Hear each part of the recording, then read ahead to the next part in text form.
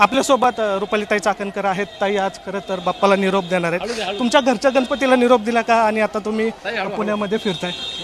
दरवर्षीची परंपरा आहे. आदरणीय दादांच्या हस्ते श्रीमंत दगडूशेठ हलवाईची या ठिकाणी पूजा होती, आरती होती आणि आम्ही सगळेजण श्रीमंत दगडूशेठ हलवाई गणपती आणि मानाचे 5 गणपती या ठिकाणी आरती करतो. आमच्या घरचं देखील गणपती त्याचं विसर्जन हे 11-11:30च्या दरम्यान होईल. अच्छा, महिलांना काय आव्हान करतात, कारण तुमच्याकडं महिला आयोग आहे?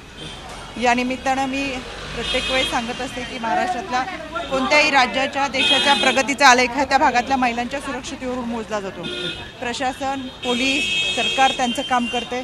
देशातील सर्वाधिक कडक कायदे हे महाराष्ट्रामध्ये आहेत, पण तरीसुद्धा आम्ही मुलींसाठी असेल, विद्यार्थ्यांसाठी असेल, महिलांसाठी असेल, वर्किंग वुमनसाठी असेल, या सगळ्यांसाठी चांगल्या पद्धतीच्या सुविधा सरकारने दिलेल्या आहेत. त्याची माहिती करून घेणं, टोल फ्री क्रमांक आपल्यासाठी दिलेले आहेत, त्याची माहिती करून घेणं, शिक्षक पालक संघटना शाळांमध्ये असतील त्या माध्यमातून विद्यार्थ्यांशी संवाद साधणं, IC कमिट्या वर्किंग वुमनसाठी आहे त्याची माहिती घेणं, त्याचा उपयोग करणं.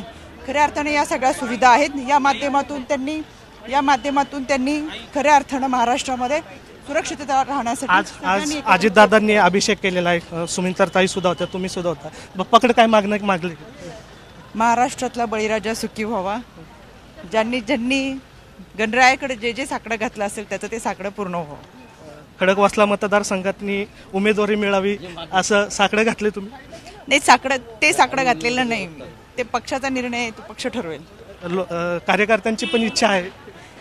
खरं तर 2019मध्येच आम्ही उमेदवारी मागितलेली होती. यावेळेस महायुती म्हणून एकत्र लढतोय, त्याच्यामुळे पक्ष जे काही निर्णय घेईल ते आम्हाला मान्य असतील. नक्कीच या ठिकाणी आपल्यासोबत रुपाली चाकणकर होता आणि त्यांनी बाप्पाकडे साकडं सुद्धा मागितलेलं आहे. एकूणच जर पाहिलं तर आज बाप्पाचा निरोप द्यायचा दिवस आहे आणि उत्साहमय वातावरणामध्ये पुण्याचा आपल्याला विसर्जन मिरवणूक पाहायला मिळत आहे. व्हिडिओ जर्नलिस्ट नितीन साडमोळसह निलेश खरमरे, झी मीडिया, पुणे.